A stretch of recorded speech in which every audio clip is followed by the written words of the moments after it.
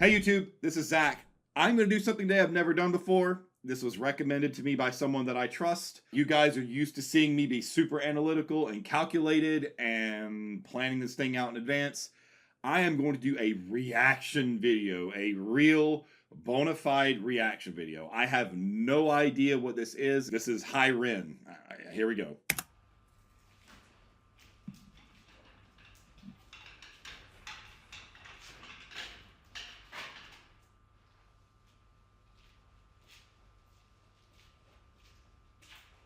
Is this a studio recording? The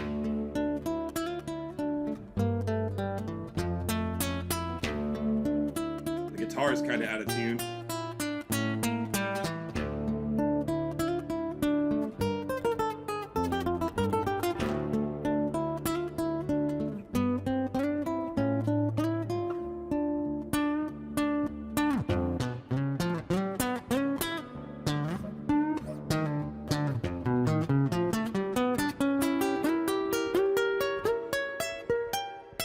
Cool. That's cool. I can dig that. That's cool. Cool chord progression.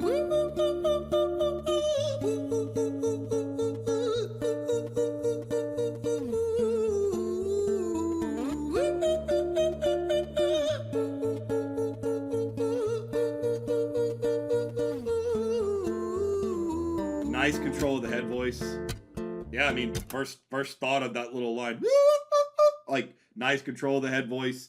Got a lot of space in the back. You know, when men use their head voice a lot of times you have to kind of treat it more like you're opening up more. Whereas like when you're singing in your modal register in your chest voice, you don't. I mean, space is important, but a lot of times, like in the back of the mouth, you know, and in the larynx and stuff. But it tends to be more important for like classical singers, that kind of thing. You know, a lot of people in contemporary music don't lean as much on creating that much space. But when you move into the head voice, if you want to get really good vocal production, you want to get good resonance, you want to get, you know, a good full sound, it's really important to create space. It's very similar to how women approach moving into their head voices. There's this whole kind of hourglass sort of diagram that I like to use with my students, where I show that, you know, as the voice, not men or women, just as a human voice goes up in pitch, you know, you tend to want to open more in the resonance chamber in the vocal tract to make things a little more resonant. And so when men move past their chest voice up into the female range, you know, you get this, you know, this need to open up and create things a little more spacious. So you can kind of hear that based upon the way that ooh vowel didn't fully sound like a true ooh, it almost had like a oh kind of sound. Like go back and listen again.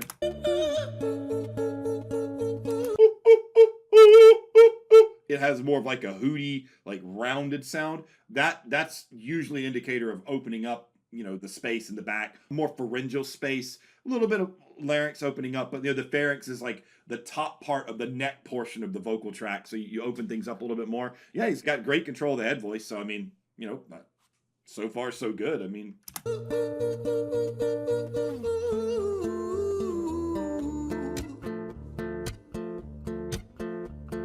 Hi there, Ran. It's been a little while. Did you miss me?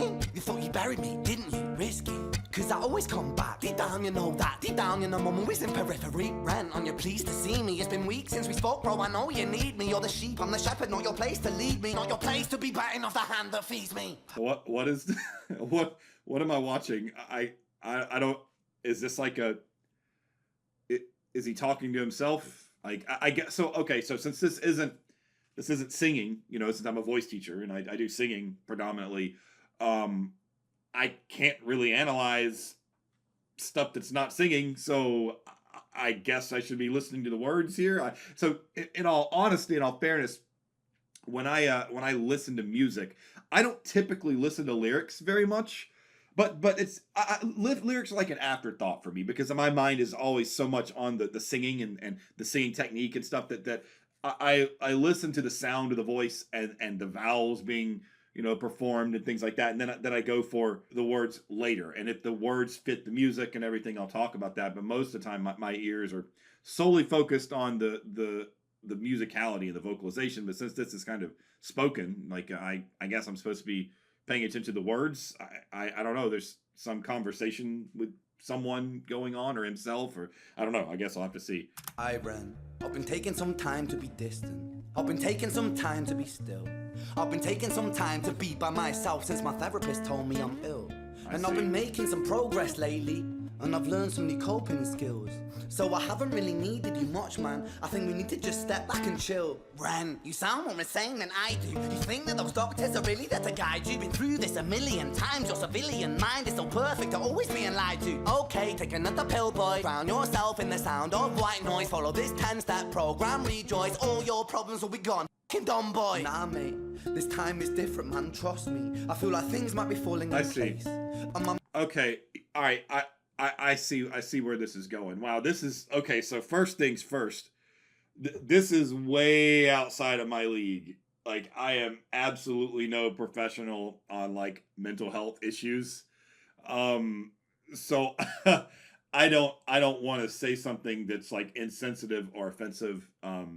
Yeah, so I clearly the way I'm taking this is that this is someone having a conversation with like other sides of himself, maybe like some sort of disassociative type thing, maybe, and the promise that this medical industry is offering to him to be able to heal these things, and they aren't working. I guess this is prompts me to talk a little bit about myself in a way that I've never done before. This is weird. I've never been compelled to really talk about myself very much on my channel in the sense of like my personal life and my personal struggles. But I guess since this is the topic here, and since I'm reacting, you should see where my mind goes with it. We all have our struggles. You know, I've had my struggles too with different types of things. And one thing that I can absolutely relate to with this is that when you talk to therapists, when you talk to psychologists, when you talk to psychiatrists, when you talk to these people, there's always this promise that things will get better. And but there's never really any proof, like you always hear, oh, well, if you do this mindfulness, or if you do this, set these boundaries, if you take this medication, if you all this stuff, what'll happen is you'll get better. Things will get better.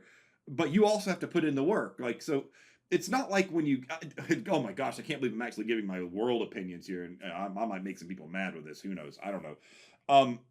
I've always found it kind of funny. And I think this is related to singing too. And I'll explain why in a minute. How the industry of psychology, so often the patient gets blamed for the problem, and they'll say like, well, you didn't follow what your psychologist told you to do, so the psychologist, you can't hold them accountable. Or these pills, well, they might have made you feel funny or weird, you just didn't take them long enough to get the therapeutic effect or whatever, and so it's your fault that this didn't work. But when you look at something like, I don't know, if I broke my arm and I go to the doctor and they say, well, we're going to do these things to heal your arm, and your arm messes up further. Well, there's a point where it becomes like medical malpractice, right? And so when you go into that kind of field, like a hard science with the body, people can be held accountable if they do things wrong. They're really responsible for your care. And what it seems like what's being discussed here is that in the mental health field, and again, this is way outside my element, so I could be talking out my butt and I could be completely wrong, but it seems like the suggestion here, which I can kind of relate to, I can understand, is that the people in the industry aren't necessarily being held accountable for him not getting better with his problems, and they're saying, well, just keep doing it, it's going to work. Well, where's the proof, buddy? Like, this is my brain you're playing with here. Like, how is this going to help this time? And the reason this correlates to music and singing, and this is kind of a rant that I could go on forever, it's that we as voice teachers, we could do whatever we want. There's no accountability. I could literally, do not take this as advice. This is not advice. I could tell you that every day, to make your voice get tougher, you want to go whoa, whoa, whoa, whoa, whoa, because all that rough feeling is going to make your vocal cords stronger. So do that every day and your voice will be stronger. Who knows if that's true? Who knows? Like, I mean, I don't think that's true at all. There's certainly no science to back that up. But because we're in a industry where so much of the results, so much of the outcomes are like dependent upon the student doing what the teacher says, And because it's relatively unregulated and just about anybody who comes in as calling themselves a voice teacher can do it, like, we don't get held accountable. It doesn't matter if a voice teacher teaches something that hurts their students. And I've seen examples of this in the industry. And some of your favorite singers, like Haley Williams from Paramore, is an excellent example of having worked with a very prolific vocal coach that pretty much taught them to do things that hurt her. Her voice teacher from years ago pretty much taught her things that hurt her voice. It's almost been deterministically proven.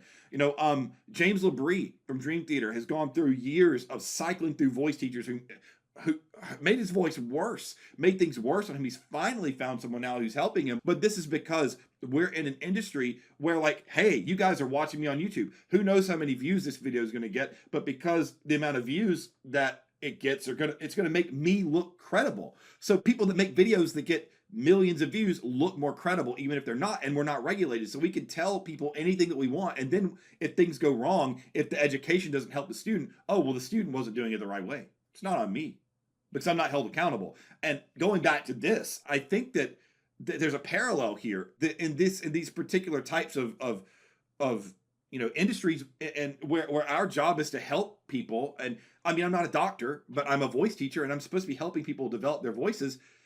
There's nothing to hold me accountable, because there's no way to prove that I did anything to hurt them. I taught them anything. And this is why I am so fastidious about making sure that the things that I say are at least backed by science as much as I need to prove. I don't go around telling people that I'm a miracle worker. I don't go around telling people that I can teach them to sing in 7 days or less or whatever. I stay away from that stuff. I tell you, it's work and it's practice, and we have to adjust things, and everybody's different, because that's the responsible thing to do. And I think that setting expectations for your student is really important. And I think that the problem here in this commentary for this video is that his psychiatrists, the people helping him, have not set proper expectations with him, and they're demanding results out of him when he's just not there yet. Now, I know this is a rant and a philosophical waxing that isn't an analysis, but hey, I was told to react here. So you guys you're getting a dose of me today, people. Music's been kinda doing bits too. Like I actually might do something great. And when I'm gone, maybe I'll be remembered for doing something special with myself. That's why I don't think that we should talk, man. Cause when you're with me, it never seems to help. Yeah, you think that you can amputate me? I am you are me, you are I am we are one. Split in two, that makes one. So you see, you gotta kill you if you wanna kill me. I'm not leftover dinner, I'm not scraps on the side. Oh, That's pretty dark. That's pretty dark. It's pretty dark. I don't really want to go down that path. I talk about that too much, but that's pretty dark.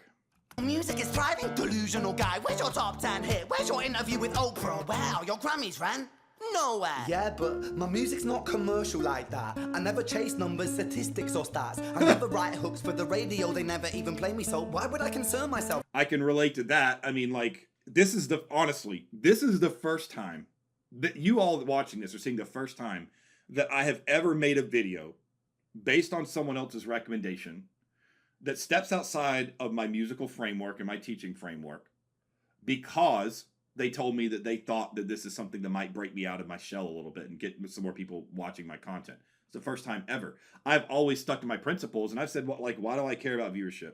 Why do I care about that? Well, unfortunately, we are in a click economy. We're in a view economy. And no matter how good my voice instruction is, no matter how good I am at my job, if you all don't see it, what difference does it make? And so, in a sense, you have to play the game to be able to get people to see and believe in what you do. And it's sad, because it's not really based on merit. It's not really based on skill. It's based on how much you can make people click that like button and click that subscribe button. You see what I did there? All right. It's a game, right? It's all a game. And it makes me sick, because I don't want to gamify you guys. I don't want to gamify my audience.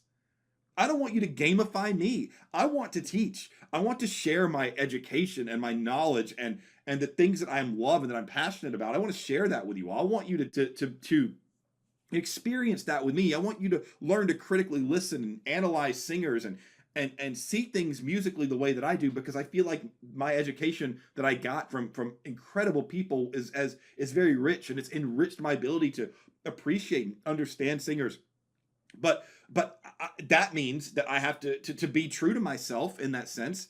I've had to stick to my principles, and doing that has confined me because all the people that sell their souls for views and clicks and have no loyalties to anyone or anything, they dominate the market because they will say whatever needs to be said to make you, the viewer, like them. This whole parasocial concept, right? So, I've never been that kind of person because I think that it's artificial. And so I'm feeling cognitive dissonance right now. Like, I feel like I don't know. I relate to this what he's saying in terms of like the caring about stats and caring about numbers and awards, and I'm feeling cognitive dissonance because that's the purpose of why people react to popular stuff like this. I'm having a tizzy in my head. It's this is uncomfortable. For that, but my music is really connecting, and the people who find it respect it. And for me, that's enough, cause this life's been tough, so it gives me a purpose I can rest. I get it. Man, I get it. You sound so pretentious, Ran. Your music is so self-centered. No one wants to hear another song about how much you hate yourself. Trust me. You should be so lucky, having me inside you to guide you, remind you to manage expectations, provide you perspective. That thing you neglected, I get it. You wanna be a big deal, next Jimi Hendrix. So yeah. So this is just speaking to that internal dialogue. So obviously we're talking about mental illness here, but the way that I could personally relate to this is that internal dialogue that constantly tells you, like, you really think people care what you have to say. You think that your view count tells you that people care about what you have to say. That's your value. But see, that's the poison, right? That's the poison. That's the thing that the algorithm wants you to think about yourself. Oh man, I'm getting heated. I could see why somebody wanted me to react to this, like, because I'm an opinionated person, and this is really like hitting on some topics I got some personal experience with. The algorithm thrives on you bending to what it wants, and it thrives on you seeing those numbers, and that its evaluation of you as your self-worth. It wants that because if you start looking for ways to feed it, and you start looking for ways to grow, right? Well, now you're feeding advertisers. Now you're feeding the machine that profits off of you and your perspectives and what it deems your value as. So like, there's this constant thing in your head. Like I think about this whenever I release videos. I mean, I'm a small creator and I've stuck to that. I'm okay with that. But I've gotten stuck in these mindsets of like, well, gosh, only 100 people are watching your videos. I mean, this video got 1,000 views, but then like you got to put it into perspective. 1,000 people watched you. My channel right now has like 1.1 million views. That's tiny in the YouTube spheres. But wait a minute. That's not tiny at all. That's 1.1 million people. That's more people than I have ever seen in my life have seen me. That's huge, even though I'm a small creator, but the algorithm wants me to think that's not enough. I'm not good enough. My numbers are not high enough. I have not made it yet. And it's incredible how this social influence that comes from these platforms weighs on you, and it makes you feel like what you do isn't good enough. I mean, I feel it, man. Gosh, I've been there. I know what he's saying. I promise you, I especially when I first started out and I was really, really small and I thought I'd never get anywhere. And like, my videos were seeing 500 views each. And when I really didn't understand the way the game worked, it really started hurting my self-worth. People that were talking to me early on when I first started YouTube could attest to this. I mean, like, it was really hurting my self-worth. It made me feel bad about myself. Now my videos are small and I've come back later. I know the game, so it doesn't bother as much. But this type of like internal dialogue that comes as a result of your views and the amount of attention you get is a very, very real thing. And I think that a lot of people get sucked into it, and it either destroys you or you learn to just kind of like become numb to it like I have, or some people turn to these raging narcissists and they get fueled by the viewership and they get fueled by the attention, and I think that there's it's hard. I promise you, you're on that side of the screen and I'm on this side of the screen. So like, you don't really see it from our perspective, but it's really, really hard not to let this the psychology of this whole thing mess with your head. I promise you, I feel this so much. I relate to this so much. Forget it.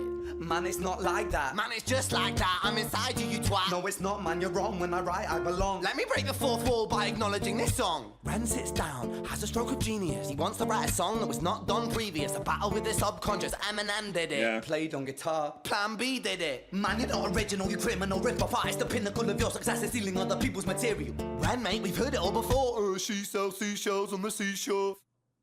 I don't need you, I don't need to hear this, cause I'm fine by myself, I'm a genius. Yeah, so this is extremely self-aware. Like,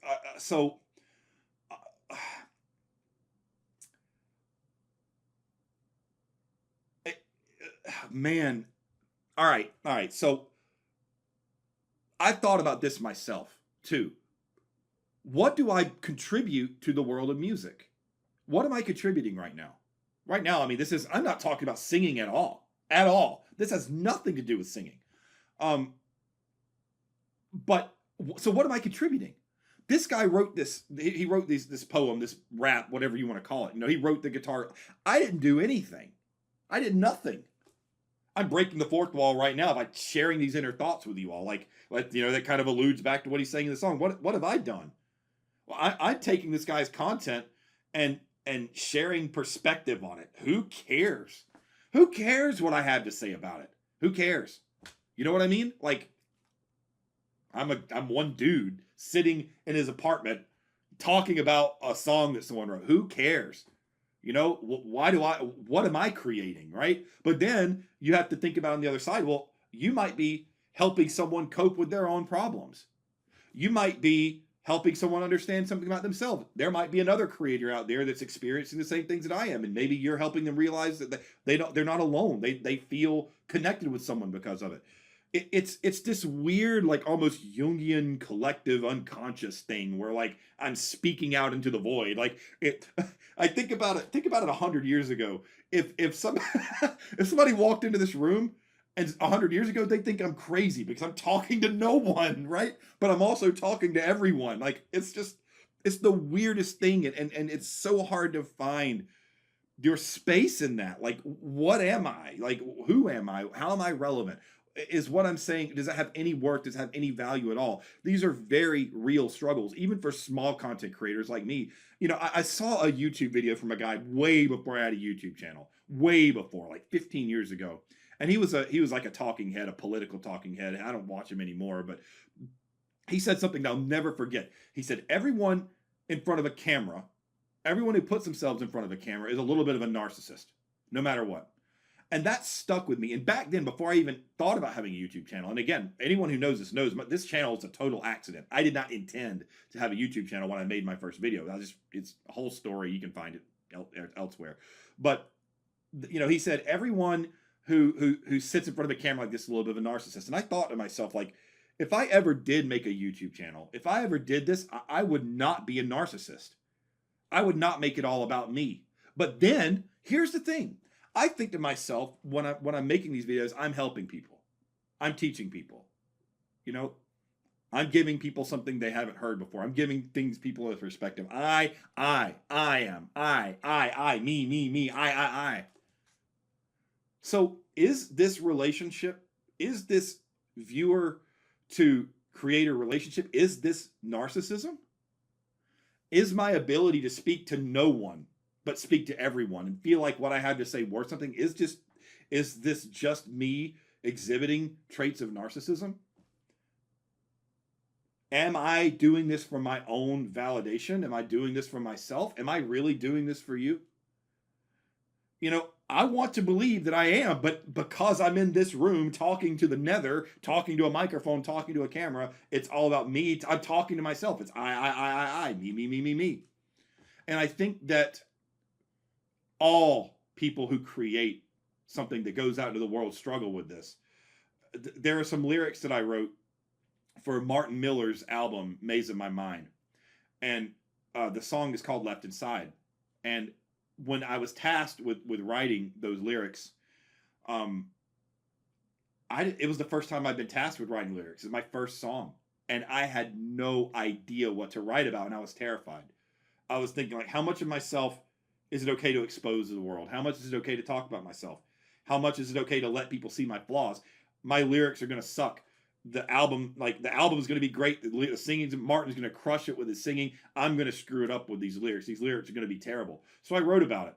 And there's this kind of juxtaposition of how do you express yourself and how can you feel so excited about creating, but then also accept that you're leaving yourself open to whatever the world decides to judge of you or deem of you, you know? And so there's this interplay between the desire to create and to give and satisfying yourself at the same time. Maybe being in front of a camera is narcissism. I don't know. This has got me thinking in knots. This isn't even my content anymore. This isn't even Zach's vocal analysis anymore. I don't know what this is. And I will be great, and I will make waves, and I'll shake up the whole world beneath us. That's right, speak your truth, your God complex leaks out of you. It's refreshing to actually hear you say it instead of downplaying. Yeah. Music is all about the creative process, and if people can find something to relate to within that, then that's just a bonus. Fuck you, I'ma kill you, Ren. Kill me, then let's have you, Ren. I'ma do it, watch me prove it. Who are you to down my music? Cause I call the shots, I choose if you die. Yeah, I call the shots, and so I choose who survives. I'll tie you up in knots when I lock you inside. So, is this really him talking with himself, or is it him talking with like the industry or social media? I mean, he's in a mental ward, so like obviously the implication is that he's having some kind of like mental illness thing. But I also think that there's a metaphor here. I think that you could consider the insane asylum as his state of mind that's come as a result with this battle with the industry or the expectations that the world puts on him as a musician and as a creator. I think that there's a very real possibility that maybe this is talking about mental illness, but maybe it's also like a double entendre for the internal struggle that comes from the pressures of having to perform and having to create for a world that may not understand or may have very high expectations of you. And like I said earlier, it gets to you. I felt it. I mean, not like I said, I've learned to deal with it. Like you said, coping strategies now, right? Like I've learned to deal with it a lot better. And I talk to a therapist. I mean, I do. I think it's a great thing. I'm not ashamed to say that I talk to a therapist. They're very helpful and they help you parse through things.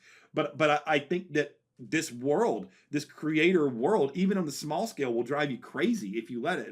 And maybe that's part of the paradigm that's being established here. Maybe it is talking about mental illness, but maybe it's also talking about maybe some of this mental illness being imposed upon you by the industry or by the pressures. It's interesting stuff. Newsflash. I was created at the dawn of creation. I am temptation. I am the snake in Eden. I am the reason for treason, beheading all kings. I am sin, with no rhyme or reason. Son of the morning, Lucifer, Antichrist, father of lies. Mephistopheles, truth in a blender, deceitful pretender, the banished avenger, the righteous surrender. When standing in front of my solar eclipse, my name is stitched to your lips, so you see, I won't bow to the will of a mortal, feeble and normal. You wanna kill me? I'm eternal immortal. I live in every decision that catalyzes chaos, that causes division. I live inside death, the beginning of ends. I am you, you are me, I am you, friend.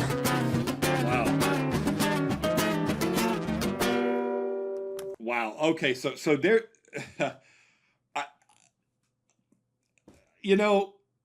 you could put on your tinfoil hat here. I think that section can be interpreted a lot of different ways. He could literally be talking about his own eternal battles of good and evil. He talks about the fruit of Eden, or being the sin in Eden, or whatever it is. So that was the original sin that cast man into the tree of the knowledge of good and evil. Well, man made his own decision against God in the Bible, and so the idea is that man then gained knowledge. And by gaining that knowledge, they became aware of all of the evil in the world. And so maybe that temptation, maybe that whatever that human thing is that pulled Adam and Eve into the here I go preaching. What is happening here? What's going on here? Maybe the that temptation, the fruit that pulled them in is like a microcosm of the things that pull humans down and drag them into these deep, dark pits of despair for themselves. Maybe, but also, I think if you want to get tinfoil hat, you hear a lot about how the music industry and entertainers and celebrities have to deal with all this borderline occult stuff and they have to deal with this very dark world of, I mean, very real world of, you know, yeah, topics that might get me taken off the platform or what, I don't want to go too deep with it, but we all know that there's a very deep, dark underbelly in this celebrity world that drags people down, and we've seen it drag kids down. We've seen our favorite artists become destroyed and turn, like just transformed. I know there's probably a lot of Taylor Swift fans here, and we've all seen Taylor Swift's transformation, and for better or worse, and people love Taylor Swift as she is now. But there are so many people that believe that Taylor Swift was dragged down to this pit of darkness, and I mean, I hear people talk about Ariana Grande these days, like what happened to her? She looks so different,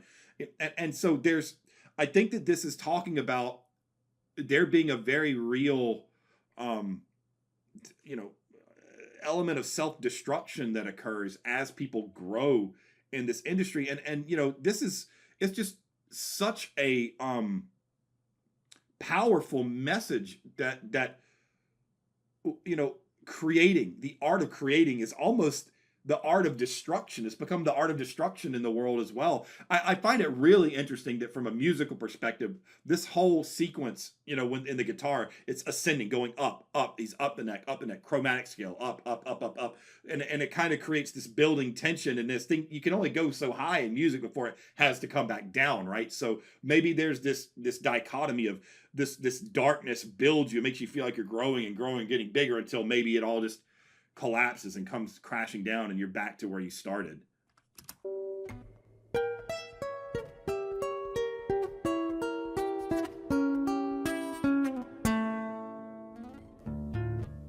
Yeah, back to where it was. Interesting. Very interesting.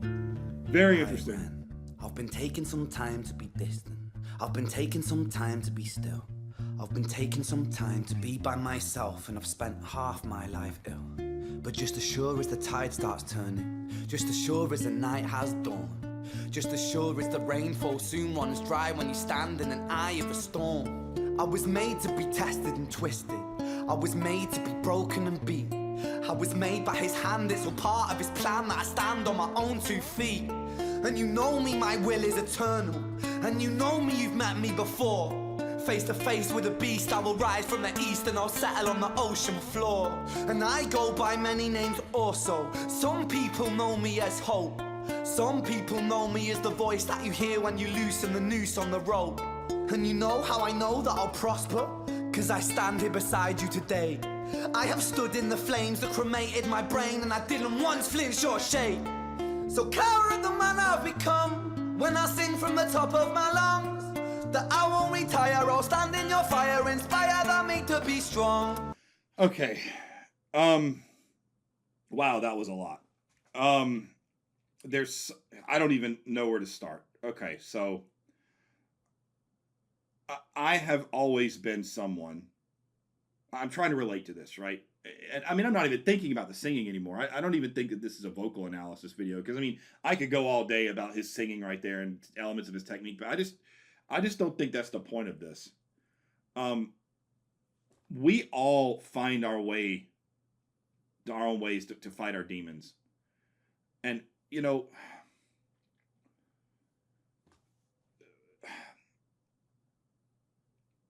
wow, this has really got me thinking about some things that I don't really talk about, and I don't know if I want the world to know all my personal business. But this speaks to a very deep and real fight that we all have to endure. How do we find our sense of self and our sense of peace among all this chaos? Among all of the cruelty and the bitterness and the evil and the darkness. And we all have to find it within ourselves somewhere or another, because if we don't, we succumb to it. And there are countless stories of that in the public eye and in our private lives too.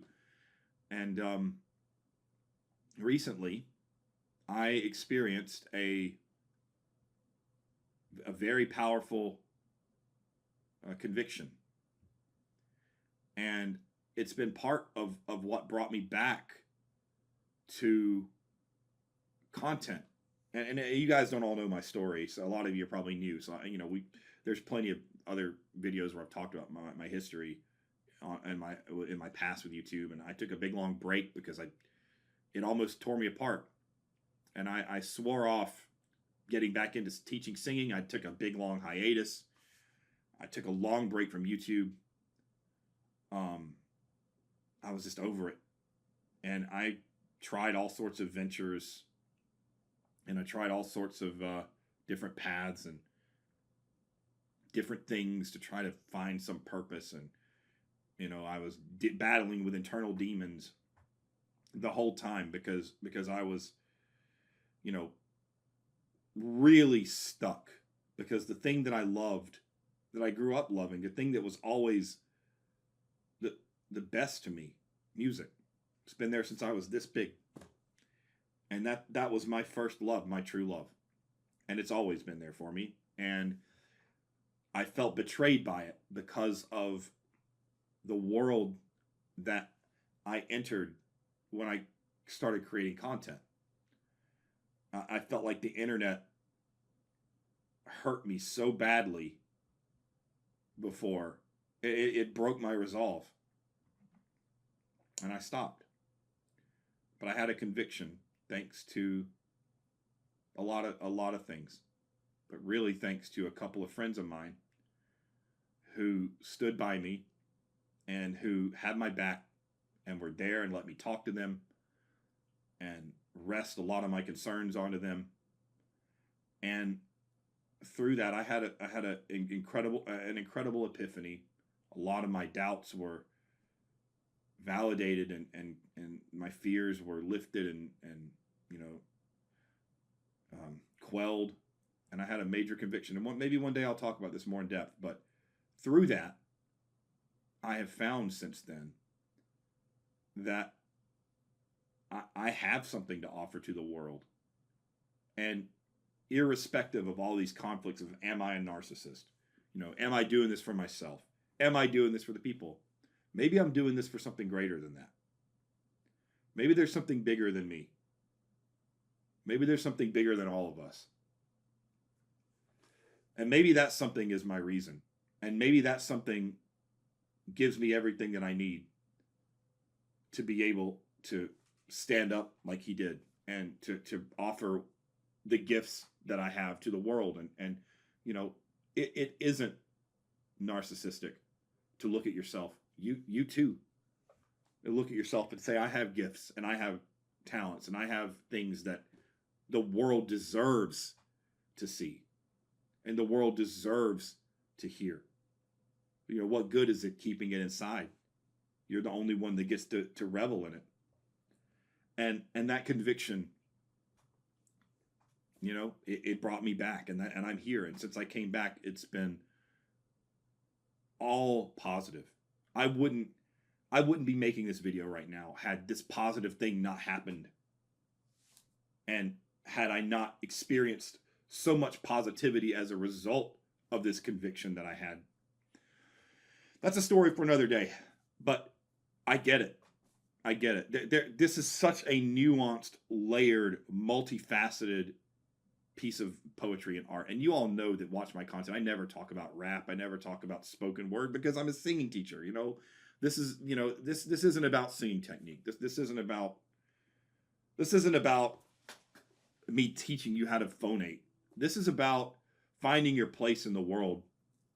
And this is about me, I think, sharing my story with you and my place in the world with you and letting you see where I'm at and the things that I've struggled with, and that it's okay to feel lost.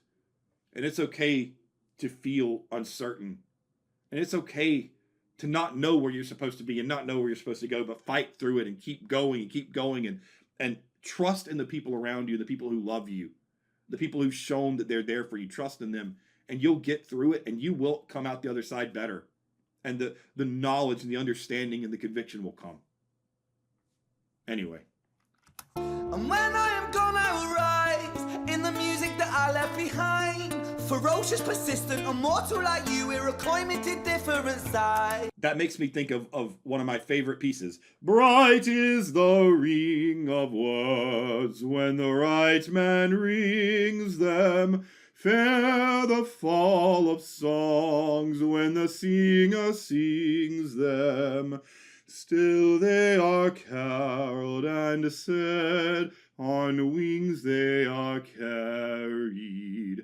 After the singer is dead, and the maker buried, lo, as the singer lies in the field of heather, songs of his fashion bring the swains together.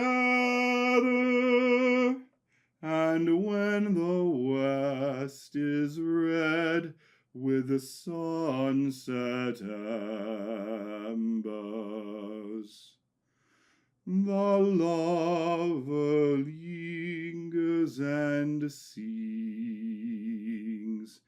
and the maid remembers. That's an unaccompanied kind of rough sing through, but that is a piece called Bright is the Ring of Words by Ralph Vaughan Williams, and the poetry is by Robert Louis Stevenson. It's one of the first, actually it might be the first classical piece I ever took. No, I did an Italian piece in college. That was when I went to my private voice teacher, who ended up being my longtime voice instructor all the way through college, and he's even a mentor of mine now when I reach out to him. That was my first piece I did with him. Bright is the ring of words when the right man rings them. Fair the fall of songs when the singer sings them. Still they are caroled and said, on wings they are carried. After the singer is dead and the maker buried. Lo, as the singer lies in the field of heather, songs of his fashion bring the swains together. And when the west is red with the sunset embers, the lover lingers and sings, and the maid remembers. Beautiful poetry, talking exactly about what he's saying here. Music, artistry carries on beyond us. What we create and what we put in this world, it lasts forever. And it's not about us. And it's not about what we do. It's about what we leave for the world. It's about the impact that we make that carries on for people beyond us, because we are all the product of our lived experiences, right? So when we can take that and we can share that and we can create something that goes on beyond who we are, that is beautiful. That is eternity. That is forever. That is how we build a legacy. And that is why we do what we do. And that is why I'm here. Hopefully, my content, who knows if we'll be looking at YouTube in 100 years, but hopefully one day someone can see this and say, wow, this is an encapsulation of someone's knowledge that we can learn from this. We can help each other from this. That's what this is all about. That's what this is all about.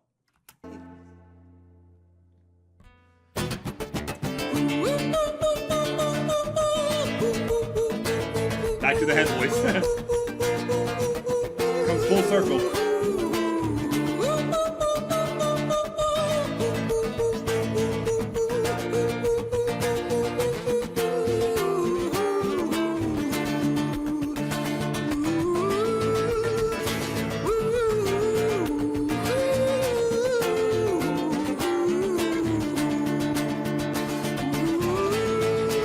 I gotta admit, the guitar being out of tune is it's getting to me a little bit. That's just the voice teacher in me, like the musician in me, like, it's the guitar's out of tune.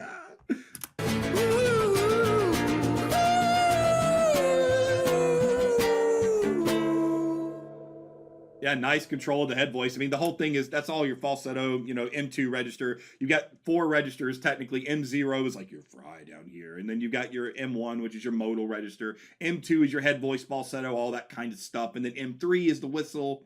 It's kind of like loosely considered a register. But yeah, the head voice, all head falsetto, whatever you want to call it, all hangs out in the M2. Really nice control of the M2 register. Not really much mixed voice. That was kind of like the full falsetto sound.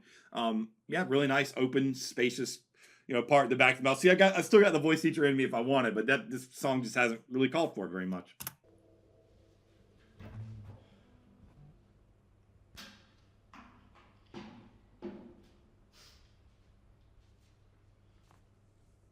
When I was 17 years old, I shouted out into an empty room, into a blank canvas, that I would defeat the forces of evil. And for the next 10 years of my life, I suffered the consequences, with autoimmunity, illness, and psychosis. As I got older, I realized there were no real winners and there were no real losers in psychological warfare. Interesting. But there were victims and there were students. It wasn't David versus Goliath. It was a pendulum, eternally swaying from the dark to the light.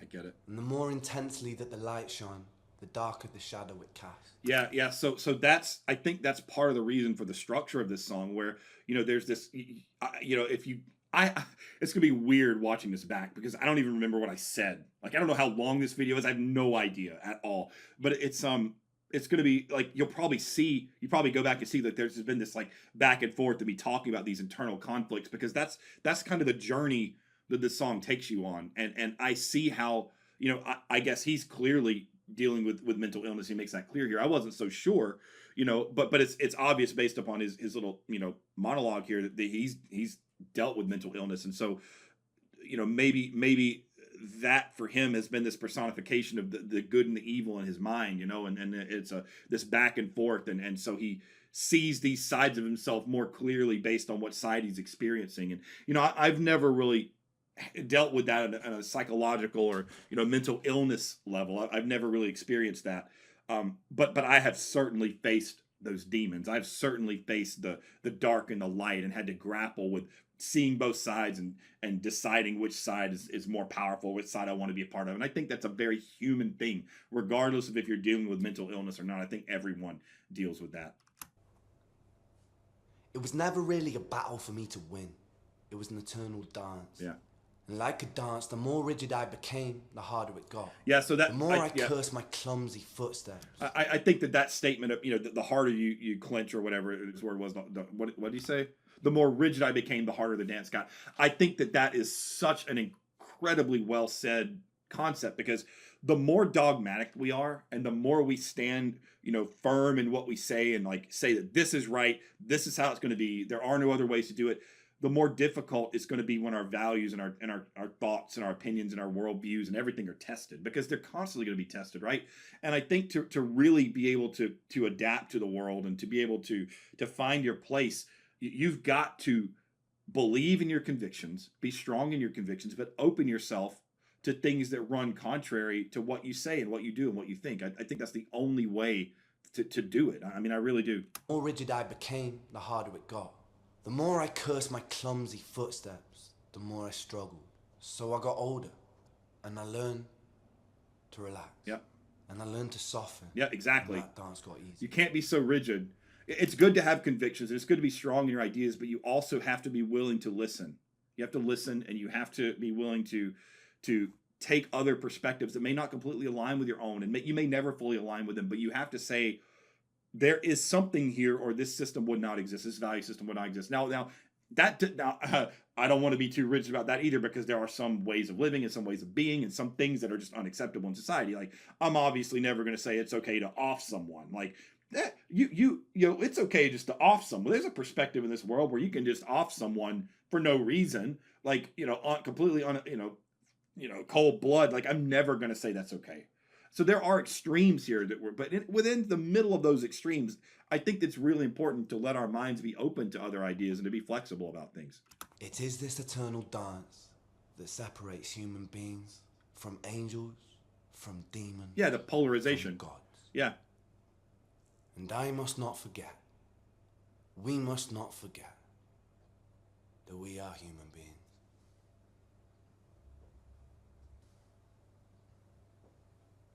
Wow.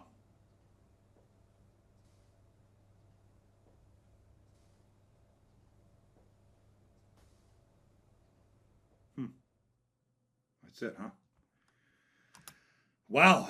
Okay, then. Wow. I don't even know what else to say. You guys have seen a side of me that you've never seen before. And you've heard me talk about something I've never talked about. And I did a reaction video for the first time. join my Discord server. I'm a voice teacher. I offer voice lessons. I have a Patreon, all that stuff, I guess. I hope that my commentary was insightful. I have no idea what I just said. I just kind of went for it. I hope that I offered some perspective. Maybe you got something from me you've never gotten before. Longtime viewers of my channel, I hope that this was entertaining. Maybe you learned something about me you didn't know. I don't know. I hope that this helped you. I hope that you gained something from this. But yeah, I don't know what's going to happen next, but this was definitely a new experience. So there's my first reaction video ever, guys. Hope you enjoyed it. Thanks. Bye.